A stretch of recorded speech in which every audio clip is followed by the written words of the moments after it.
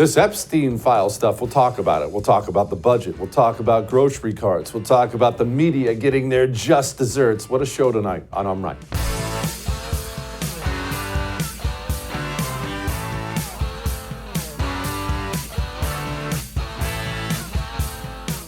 Okay, let's talk about this Epstein stuff really quickly here. I told you that it was not going to be earth-shattering.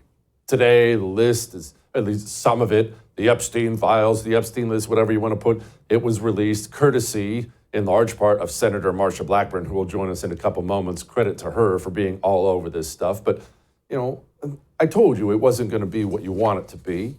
It's just not. That's not how it works. Think for a moment, just let's talk about why. Think for a moment about how many wealthy, powerful people did really bad things with Jeffrey Epstein. Wealthy, powerful people. Okay, you got that. Now think about the kind of attorneys wealthy, powerful people are able to get their hands on. Have you ever paid a $1,000 an hour attorney? Neither have I, but wealthy, powerful people do. Now, think about all the legal loopholes and liability that comes with just dumping a list on somebody's lap where everybody will immediately assume any name on that list is some child trafficking pedophile. Of course, the lawyers have been all over this. Of course, look, it was always going to be disappointing. And look, I'll tell you again, sorry to be Debbie Downer, sorry to be Daddy Jesse, but mommy's gone, it's time for daddy. The JFK files are going to be disappointing too. If you ever lay your eyes on those, as I've told you many times before, it's going to be a whole lot of black marker through everything, because anything really, truly damaging that's in those things was long paper shredded, I don't know, probably about 1963. So it is what it is. But it is good that people are pushing forward. It's good that we're learning something. We need to know. I want to know how many wealthy, powerful people traffic in kids. It's just the most sick, depraved thing in the world. And so if people are on that list, I want to know who they are. Look, we've known names for years. We've known about Clinton. We've known that for years. Amy Robach came out and had a behind-the-scenes video where she said, we had Clinton. We know that. We know that Bill Gates' ex-wife told a magazine that she divorced him in part because of his relationship with Jeffrey Epstein. We know some names, of course. Are we going to learn a bunch of new earth-shattering things? No. But maybe something's coming. I don't know. Let's talk to Senator Marsha Blackburn about it, because she gets credit for this thing really coming out at all. Joining me now, the lady who deserves all the credit in the world for the stuff we're finally finding out, Senator from the great state of Tennessee, Senator Marsha Blackburn joins me. Senator, I applaud you for being all over this when so many others weren't. It's hard to find something more sick and evil than trafficking women, but apparently that's been done by some very powerful people. And what we know is this is kind of phase one of the Epstein files. This is information I've tried for years to get the FBI to release to us, and they have refused. So now that we have AG Bondi and Director Patel, we do have this first tranche. What you will see when you look at this is names from Ghislaine Maxwell's Black Book. You will see some flight logs. I do want to say this, Jesse, not every name that you see means they participated in this trafficking with Jeffrey Epstein. But some of these people may have just been in his orbit. Maybe they saw something. Maybe they would be willing to talk with the FBI. Our goal is to make certain that for the 254 women and children who their names are fully redacted, everything redacted, that we get justice for these individuals and that we stop the human and sex trafficking that is happening in this country. It is modern day slavery, breaking apart this human trafficking ring, which is $150 billion a year business. This is something we need to be focused on doing. Amen. We sure do. The things I have learned about human trafficking and what goes on in this country and Cuba and Latin America, it's unbelievable to me. Okay, you say the FBI has been hanging on to these things. That really begs the question. Honestly, that's almost more evil than Jeffrey Epstein. The federal law enforcement arm, the premier federal law enforcement arm, has been keeping this stuff from you? Why? Well, as the top Republican on the Human Rights Subcommittee, I've asked repeatedly for information about this because, unraveling these trafficking rings is like a puzzle. You get one piece and it leads you to pieces 2, 3, and 4. And then you begin to pull together the information around this. And as I said, the cartels have gotten involved in the human and sex trafficking. It is estimated to be $150 billion a year. It is pervasive. And we know that in the case of Epstein and what we've learned, there were 254 women and children that were involved in this. Now, in the records we saw today, there is information from the raid that the FBI did at Epstein's house. And this was before he was apprehended and before the trial. And as we all know, he died while he was in jail. And what we know now is that there are laptops, computers, phones, there are other items that were taken, and we had suspected that the FBI had these. We couldn't get them. We also know that there is video footage that was taken from his place there in Florida. We would like to have access to that to see who else is involved. Now, from some of the law enforcement notes that were revealed today, we do know that Jean-Luc Brunel, who was the French sex trafficker, who, by the way, died in a French prison awaiting trial on sex trafficking charges.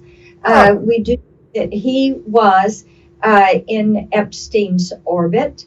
And so this gives us the opportunity to look more closely at that. Now, asking for the IRS records that are also yet to come is something that will show us who his financial transactions were with. And so, Jesse, all of this, like I said, everything we get is one piece of the puzzle. AG Bondi, Director Patel are on this. They're trying to find all of this information wherever it may have been kept or stored. And we anticipate that we will have more information we're able to bring forward. The American people want answers to this. They all agree. I talk to people every single day who talk about how revolting the crime of human and sex trafficking is and what it does to people. I talked to someone this week who was working with an individual who had been trafficked for an 8-year period of time. And they finally got away from it because they were pregnant and they gave birth. And so that is the way they were able to get away from this. But when you hear some of these stories, and you know that human trafficking is modern day slavery, it is imperative that we get the puzzle pieces and that we begin to hold these people to account. That's my final question to you, Senator, the holding to account thing. Now, I understand, I'm not pretending to be some lawyer, that there's statute of limitations stuff. There's all kinds of rules and laws and things like that here. Is this going to end, or is it possible this ends with powerful people going to prison? Because that doesn't seem to happen very often. And what we want to do is those people that participated in the trafficking of individuals, to have them held to account. So this is one of the reasons we've tried for years to get this information. And we will continue to do that. And then also it's why we're looking for the financial transactions on this, Jesse. because that will tell us who Epstein was working with and who his transactions were with. Senator, thank you for staying on this. Thank you for being on it for so long. You deserve so much credit for what came out today. Very much appreciate you. Thank you. It's freaking gross, man. And she's not wrong. It's slavery. I mean, you hear these stories. Have you ever heard these stories? It's a global business, trafficking in people. You didn't think slavery was over, did you? It'll never be. As long as there are evil people in the world, they will want to own and control and abuse others. Friggin' awful. Anyway, I'm sure that probably made you uncomfortable, but I am right. Now, let's talk about the budget. Let's move off of this sticky stuff and talk about the budget and other things with Eli Crane in a moment. Before we do that, maybe you're noticing something. Maybe you're noticing that I'm not wearing my Wasson watch today. Do you know why I'm not wearing my Wasson watch today? Because my sons are obsessed with it. They know it was created by a Marine, which of course it was. That's Wasson watch. And they've wanted a good watch forever. I won't give them one because they'll break it. And so those little thieves swiped it and took it to school today. That's why I don't have my Wasson watch on. But I love Wasson, man. I love them because they boldly speak out on behalf of cultural issues that other watch companies won't touch. They won't touch. Whatever brand of watch you wear, that company's never said a word. Wasson watch, they'll publicly declare unborn babies deserve to be protected. They do it without shame, without hesitation. That's awesome. I love them. And the watch is amazing. And you get 10% off with the promo code Jesse at wassonwatch.com. Go get a Wasson and don't let your kids have it. We'll be back.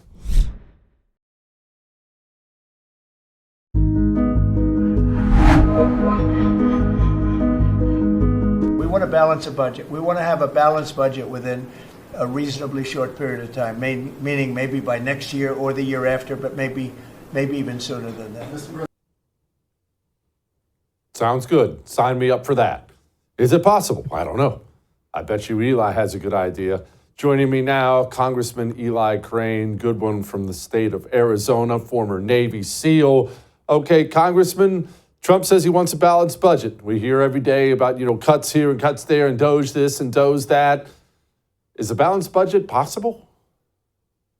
Well, Jesse, I'm not going to hold my breath, but based on some of the folks that I work with up here in Congress, but I do know that the president has always been an outside-the-box thinker, and I'm very impressed with his first 30 days, and I'm especially impressed with this Doge group that has been exposing to the American people what many of us have known for a long time. I don't think even those of us that have been extremely skeptical of the federal government for a long time knew even the tip of the iceberg when they start going in and look at some of these agencies like USAID and others. And so, I think we're headed in the right direction, but I'm not going to hold my breath.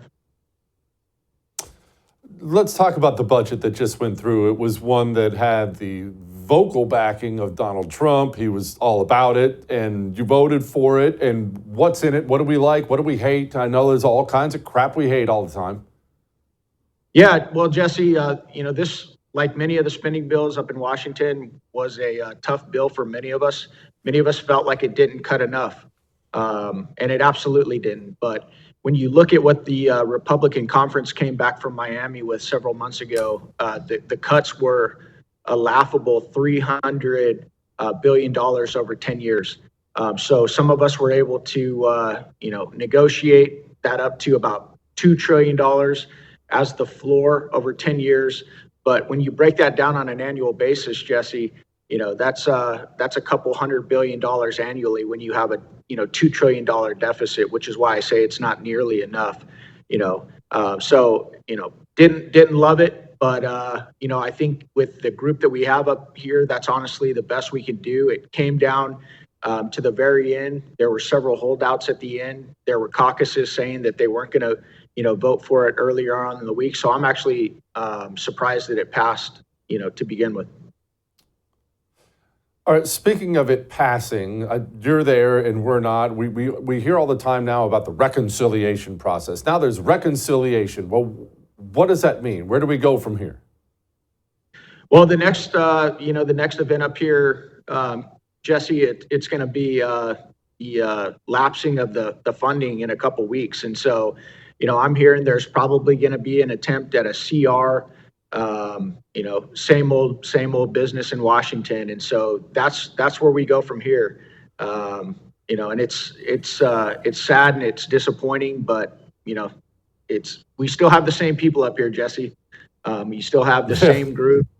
You have the appropriators, the war hawks, the Californians, the New Yorkers. And it's just like most people don't seem to understand, in my opinion, where this thing is headed, and that we cannot keep doing this forever. So it's a frustrating place to be, but I do see signs of headed in the right direction not because of the Congress, which is pretty laughable and quite honestly a joke at most times, but because of the leadership of the president and how he thinks outside the box, and also how he puts pressure on the House of Representatives and the Senate to enact, his agenda. I know you're frustrated, brother. I hear it in your friggin' voice. Can you help me understand why these people don't get it when it's math? It's not you and I having an argument about abortion or border security or something like that. It's math. Like the math says we can't keep doing this, or people can't afford groceries, right? They know that, right? I mean, they can do math. Yeah. Well, it's tough, Jesse. It's like, I think one factor is it's so easy to spend other people's money, right? And if you come up here to DC and you start talking to people about, a couple $100 billion here, trillion here, I don't think it really resonates or registers with a lot of people. But I think some of them, Jesse, it's kind of like a game of economical music chairs, where they hope that, this house of cards doesn't collapse while they're still up here and without a chair. And so, like I said, man, it continues to be a frustrating place to be. But one more thing I'd like to say about that, Jesse, is I think many politicians are able to get away with it, quite frankly, because their voters don't care. Their constituents don't care. And I think one of the reasons for that is because we've had it so good for so long that most people don't think the United States has to play by the rules of reality. And I don't think that they understand that this nation could collapse because of our arrogance and our foolishness. Yeah, it's happened to many nations before. Tim Burchett, one of my favorites up there, he dropped this little bit of it yesterday. Mr. Roman, are you aware that we are sending $40 million a week to the Taliban? Yes, sir. Can you name other instances of foreign aid going to terrorist organizations? We have assisted al-Shabaab in Somalia. There's been instances of the Hamzi network in Sudan, Hamas, Islamic Jihad, Hezbollah, Kataiba Hezbollah, Hayat Tahrir al-Shams in Syria. Dozens of terror organizations have received indirect assistance from U.S. foreign aid. Congressman, can you help me understand how that happens?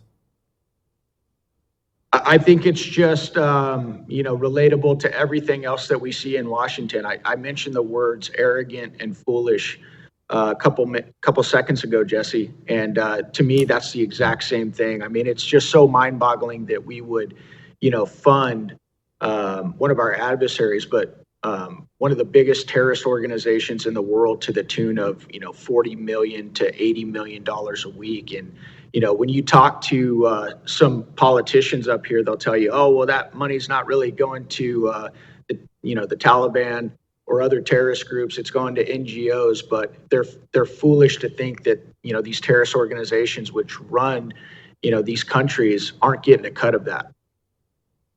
Yeah, of course. Let's change the subject, talk about something wonderful. Impeaching judges. What do you got going on? Yeah, Jesse. So, we filed, articles of impeachment probably about a week ago. We were looking around. We saw that the Democrat play, because they don't control the executive branch, the House or the Senate, was going to be to use activist judges to try and stop the Trump administration. We've seen that the second part of their plan is to use activism by going, blowing up town halls and banging on congressmen's, district offices. So that's, step two of their process to try and stop what the Trump administration is doing. But, Jesse, at the end of the day, you have activist judges that are trying to stop President Trump utilizing his Article 2 powers under the Constitution to make sure that our laws are faithfully executed. And when you look at just take USAID, for example, right? This is an organization I tried to defund by 50% last Congress, and it was actually Republicans who stopped me from doing it. But you take all these organizations, and as you finally get somebody like Elon Musk under the leadership of President Trump to start looking under the hood of these organizations, it is just a viper's nest up here. There's so much fraud, waste, abuse, and corruption. And many of these Democrats and these radical judges are trying to stop, the Secretary of the Treasury or Elon Musk from looking under the hood and look at organizations that they've been tasked to oversee and lead. Jesse, how could you possibly, oversee an organization where you can't even look at the data, you can't look at the payments that are going out? Why would a judge be trying to stop that? And so, many of us are trying to use our, Article 1 powers to try and stop these judges. We have the power to impeach. We have the authority to impeach. It is a heavy lift.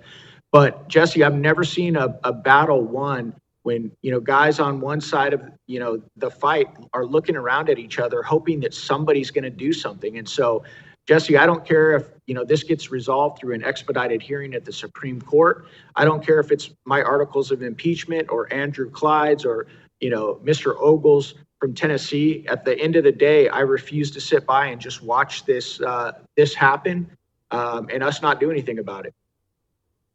Yeah, it's incredibly frustrating to watch these nutball judges just do the things they do. Congressman, as always, my brother, I appreciate you very much. Stay in the fight. I know you're frustrated. I get it. Good man. Good man. Good man in a very bad town. All right. Are we going to get rid of the IRS? Should we?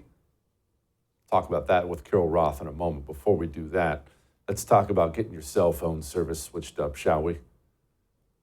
You don't need Verizon, AT&T, or T-Mobile. You don't. Look, we all know these big mobile companies are just the most soulless, commie, garbage companies. We know that, but why do we have them? Because we don't feel like we have options. Well, I gotta have it. I need it for work. My kid needs it. I can't drop calls. Pure Talk is on the same 5G network. Same coverage. My coverage actually got better when I dropped T-Mobile and switched to Pure Talk. I can actually make phone calls from the living room of my house now, which I could not before. You'll save a fortune, and with a qualifying purchase, they're giving out free phones now. iPhone 14, Samsung Galaxy. Switch to the patriotic cell phone company that actually loves the country. puretalk.com/JesseTV. We'll be back.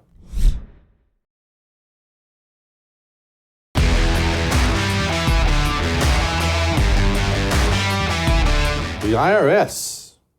Washington Post reports that the IRS is closing 110 offices, and Trump's deputy chief of staff came out and said it's time to abolish the IRS. Now, that's not exactly something you're going to come out and say publicly unless the big man is signing off on that, because that's how you lose your job. Now, I'm going to do the best I can and not get myself too excited here, but are we going to really abolish the IRS? Joining me now, Carol Roth, hopefully not to pour cold water all over me, is joining me, author of the book, You Will Own Nothing. Everybody knows Carol Roth. Carol, are we gonna get rid of the IRS?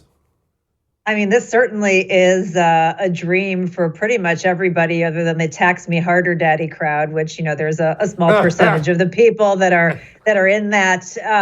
So this would be very exciting. And I do like the fact that people close to the Trump administration are playing around with that. But the question is, what does it mean? Because there are so many people who say abolish the IRS. And certainly, if we are adults, we understand there are things that still need to get paid for. We have to pay for our defense, and we have to pay for our court systems, and we have to pay for, other things.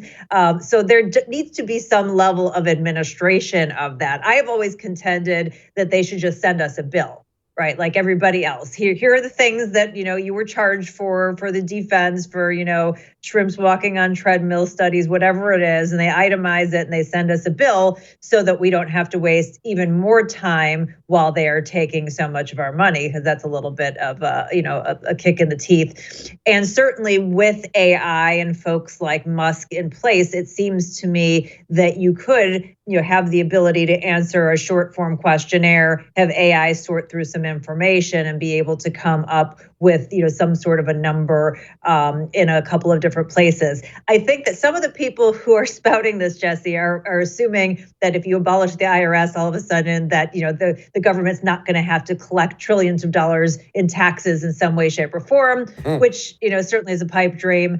Or that they think like something like tariffs is going to pay for this. And the math doesn't math there either. But if we are moving in the right direction, I think that's good. It's also a really good time to do this because we do have a shortage of accountants in this country. And so, at a time where this is going to be something that's going to affect, in particular, the accounting industry, which I'm sure is lobbying the most heavily to not have the tax code simplified, kind of like the barber telling you that you need a haircut. The fact that we have fewer and fewer people who want to be accountants and that we don't have enough of them actually makes now the ideal time to try to address this. Yeah, I can't believe we have a shortage of accountants. Gosh, there's nerds everywhere. I can't believe we don't have enough. Okay, let's talk about the tariff thing, because we found out yesterday that Trump is moving forward with a 25% tariff, not exactly a small one, on Canada, Mexico, jacking up 10% on China. Carol, strap us in. What are we in for here? I've always said that this is a little bit art of the deal. It seems to me that this is something that Trump wants to put out to try to extract, either real or performative concessions. We can argue about which of those they are. And I do think that, if this were something that were to stay in place, it would be to the detriment of everybody who's involved. So I do hope that this is something that gets addressed quicker and sooner rather than later. And I do think he will claim victory on something or another. But at the same time, Trump is stubborn and his team is stubborn, and he's surrounded by a lot of people who really like the idea of tariffs. So it doesn't mean that we won't see some pain from that before that, it ultimately comes to a conclusion. Because the reality is, I think, particularly in the cases of our biggest trading partners, tariffs are a tactic rather than an end game, in my opinion. And one of the things that we've talked about before, tariffs also strengthen the dollar, against those currencies. And given where the dollar is right now and all the potential implications for that, that's something that if we get too much higher could touch off a debt spiral. So again, a tripwire that if you want to go in one direction, you have to be really careful that you don't touch that, because that could have all of these unintended consequences. Carol, explain that. Tariffs and the value of the dollar. Expand on that for stupid people like me. So basically, when I tell you that the dollar is strong, you might laugh at me and go, I went to the grocery store, the dollar's not strong, I can't buy anything. So it's not strong against a bag of groceries per se, but it is strong against baskets of other currencies in the world, which is great if you are trying to import things cheaply. It's bad if you're an exporter. But it's also bad because foreigners hold a lot of our assets. And things around the world are priced in dollars. And so if you have the dollar continue to get strong, what happens when these countries need to buy energy, food, other goods and services that are priced in dollars? Well, they somehow have to raise those dollars. And the easiest thing to do is something like sell one of our treasuries.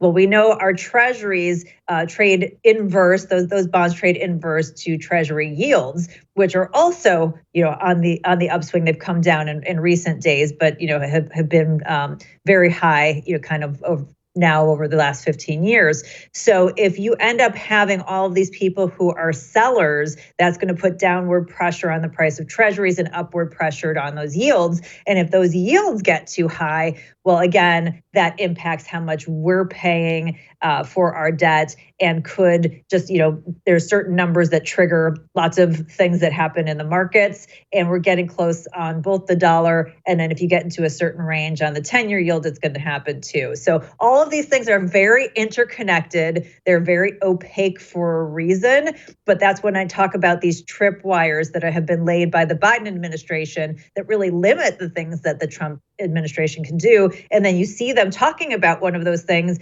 they may not realize that they're heading into one of these tripwires. I'm sure someone in the administration must realize this. They've got some smart people, but in terms of the things that they project outwardly, is not the thing that you necessarily hear first. But you hear it here. You do hear it here. Hear it here first. Say that 10 times fast.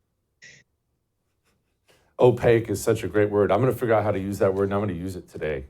You should. Carol, what do we even get from Canada and Mexico? Because I don't eat avocados. I don't care about that. Well, Canada is an interesting one. Certainly in the auto parts industry, there's a lot of those parts that I guess there's kind of this back and forth trade where components are set up to Canada and there's stuff that's added on and it comes back. The same thing as you mentioned, you might not like avocados. I don't either. By the way, we could totally do without that. But there's a whole bunch of other produce and goods that come from Mexico. And so they are good trading partners. The other thing that's going on with Mexico is that instead of manufacturing in China, you have all these companies who've now chosen to manufacture in Mexico, right? Where you have something that's closer to home, have something that, you can just drive across the border. And before this, we have a really good situation where we don't have these, crazy issues and tariffs. And now that's going to throw that whole plan, a little bit of a wrench into that plan. So you're seeing, whether it's medical devices or toys or textiles or other things, all of this manufacturing that has been increasing, right south of the border in Texas, in Tijuana and areas. And, this is a new endeavor to get things closer and manufacture things in North America to the extent we can't manufacture them in the U.S. for cost reasons. And now that's thrown a little bit of a wrench into that plan for sure. Oh, gosh. All right, Carol, really quickly, small business. You've been ranting and raving about something recently. Explain to people what you're hot on right now. Okay. We have 3 weeks left. And if nothing is done by Congress, if nothing is done by the Trump administration, if nothing is done by the Treasury or DOGE, that millions of small businesses unknowingly are going to be made into financial criminals and could face jail time and fines that are up to almost $600 a day and will continue to increase because of inflation. So this is something called the CTA BOI rule, the Corporate Transparency Act Beneficial Ownership Information Rule. And basically it's saying, hey, if you have an entity, even if you're a solopreneur that has an entity, an LLC, an S Corp, whatever it is, that you have to register with the Financial Crimes Enforcement Division of the Treasury because they're trying to stop cartels, money launderers, and terrorists who, of course, are not going to register. Big businesses are exempt. Financial services companies are exempt. I'll break the news right here. I haven't put it out yet, but I'm hearing that it could be the banks and the national security folks who are behind this that are trying to keep this from getting overturned. But it's in the court system and it's been deemed unconstitutional, but only for the people who are in that particular lawsuit, which is ridiculous. So Congress, the House has already passed a 1-year delay bill. The Senate refuses to do anything. There are 2 bills, the Repealing Big Brother Overreach Act that would repeal this entirely. And unfortunately, the House and the Senate have not voted on that. The Trump administration, who said they want to support deregulation in Main Street, could just go to Treasury and say, don't do this. So we have 3 weeks. Small businesses need saving. There are 35 million of them, by the way, plus housing association boards and some private companies caught up in this. This is the most obvious win. So don't let the banks win. Don't let these congressional weirdos win. We have to save small business. So call your Congress people immediately. Anyone who knows anyone in the Trump administration, we have to get rid of the CTA BOI rule immediately because there's only 3 weeks left. Amen. If my local taco shop goes out of business, I'm going to lose my mind. Carol, thank you so much. I appreciate you. Thank you. All right. I want you to sleep well tonight. I want you to sleep well every single night. And that's why I tell you about Dream Powder from Beam every day. I love it. I love it because nothing else has ever worked for me. I'll go to sleep. I've had it. You name it, I've had it. I'll take this and take that. But every single time, I wake up and I am so groggy and tired, it's awful. Dream Powder is the only thing I've ever had that doesn't happen because it's natural. It's a cup of hot chocolate. I just sip on a cup of hot chocolate, laying in bed, reading a book, talking to the wife, sip on a little cup of hot cocoa, and then gone. Sleep like a baby and wake up feeling good. You want to feel like that? Have it every night if you want. Shopbeam.com/Jesse Kelly is where you go. We'll be back.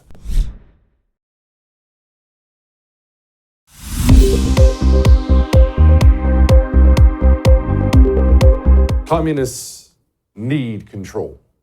It's not that they love control, although they do. They have to have it.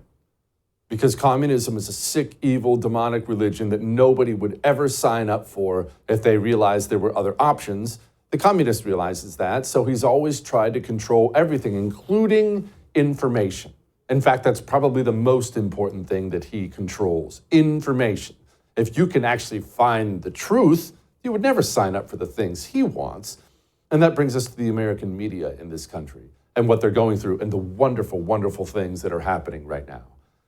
You see, forever, for as long as really I've been alive, ABC, NBC, CBS, New York Times, Washington Post, these gigantic corporate press organizations have been run by committed communists who have done everything they can to destroy this country. That is what they've done. They set out to destroy the country. They are the sword and shield of American communism. Now, what is great, what is happening right now is they're frantic. They're on the run. And look, it's not actually because Donald Trump beats them up every day. This is just the fun stuff. Their lives have been ruined, and in many cases, listen to me for a second. Stop interrupting.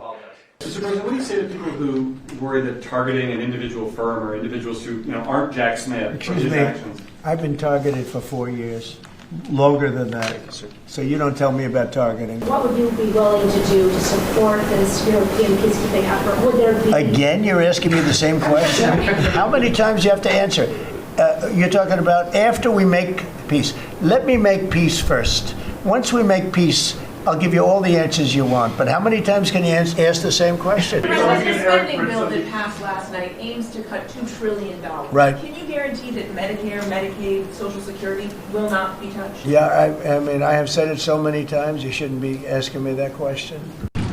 Mr. President, do you have a reaction to the new Time magazine cover that has Elon Musk sitting behind your Resolute desk? Is Time magazine still in business? I didn't even know that. But these voters say they're angry and frustrated by these firings. They don't like the work of Elon Musk and these other actions. What do you say to them? Who do you work for? I work for ABC News, sir. Who? ABC News. No wonder. The Vice President suggested that if the Supreme Court rules in a way that you don't like, they can just enforce it by themselves. Do you agree with that? I don't know even what you're talking about. Neither do you. Who are you with? Up close, sir. Who? Up close. Oh, no wonder. I thought they died. Are they still around? I haven't read them in years. I thought they died. All right, go ahead. Who else? No, I enjoy it. That's the fun stuff, though. The truth is the American media, American communism, they are desperate, they're afraid, they're frantic right now because due to a lot of things, really the internet age and other things, we now have other sources. If I want the news, if I want opinion, I don't have to go to ABC, NBC, CBS. That really was their ultimate power for, if it's 1990, even 1995. If you want to know what's going on in the world, what's going on in politics, you have to pick up the New York Times, which is all commie garbage. You have to sit down and watch CBS at night, all commie garbage. Now you can sit down and watch the First. Now you have so many different options, the internet era, and that is really what has doomed American communism and most definitely the American media. Because back to what we discussed in the very beginning, they must control everything at all times. Otherwise, people will be able to find the truth. The communist must have control. And if he doesn't, he's finished.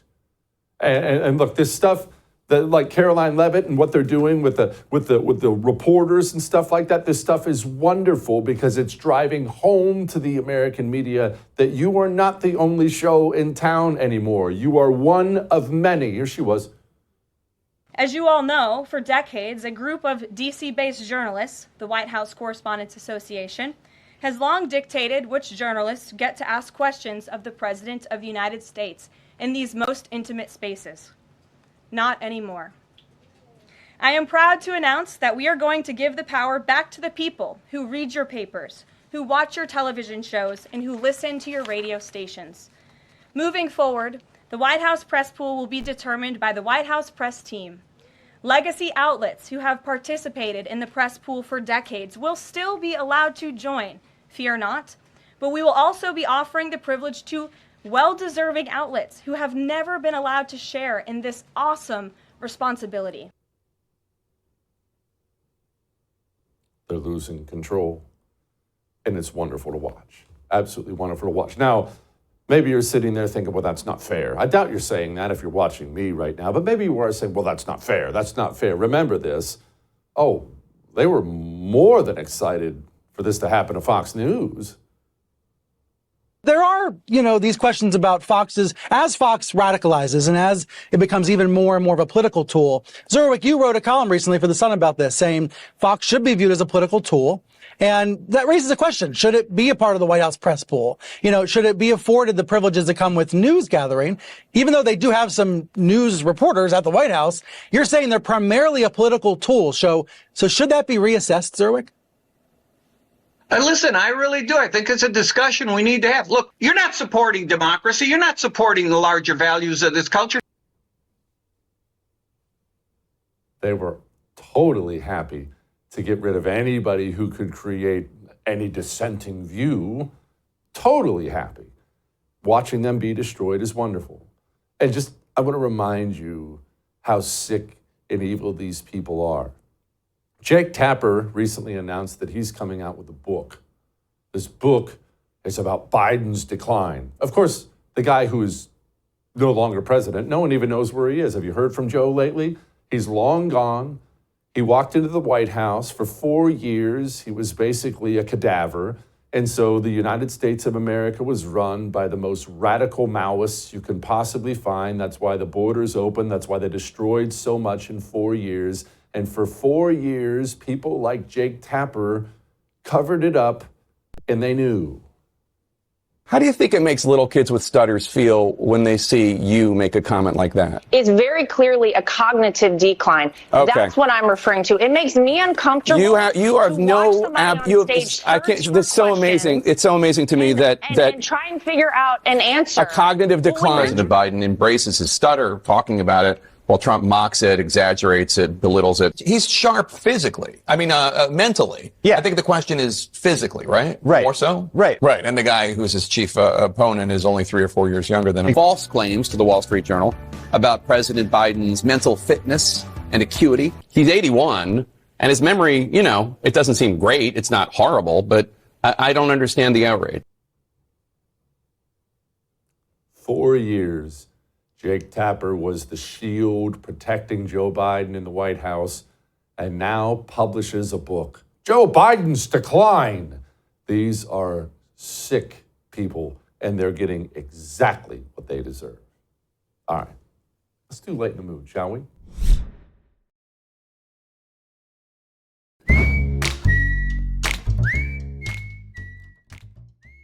All right, it is time to lighten the mood. And before we do that, I need to let you know that in the coming days, maybe a week, I don't know, I'm waiting on something. I'm going to have a pretty big reveal, and I'm going to reveal it on YouTube. Do you know that? Go subscribe to the YouTube channel. It's free. And all you have to do is youtube.com/@JesseKellyDC. Just scan that thing with your phone. We'll roll out a little something on YouTube. You got to be on there to watch it, all right? All right. Now, You know that I've ranted many times before about putting away your shopping cart at the grocery store. And I'm not joking when I say I actually believe this country would improve leaps and bounds if we arrested and deported everybody who just leaves the shopping cart in the middle of the parking lot at the grocery store. And I'm not even close to kidding about that. Why? Because it's such a small thing, but it reveals so much about you and how you view yourself and your place in the world. It's just such an insanely selfish act to just leave it out there. Arrest, deport every single person who leaves the grocery cart out there. That said, every now and then, people who do it can deliver some hilarious videos.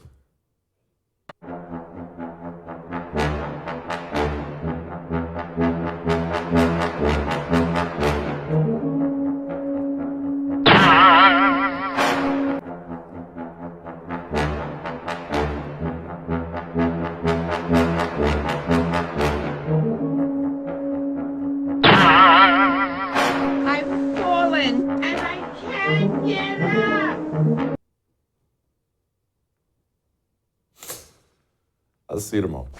I would thank you for coming to my YouTube channel, but I know how brilliant it is, and I know you love it here. So subscribe and watch. We're going to start really ramping things up and putting some funny stuff, some interesting stuff out there, some collaborations. Either way, my YouTube channel is officially the place to be. So stick around.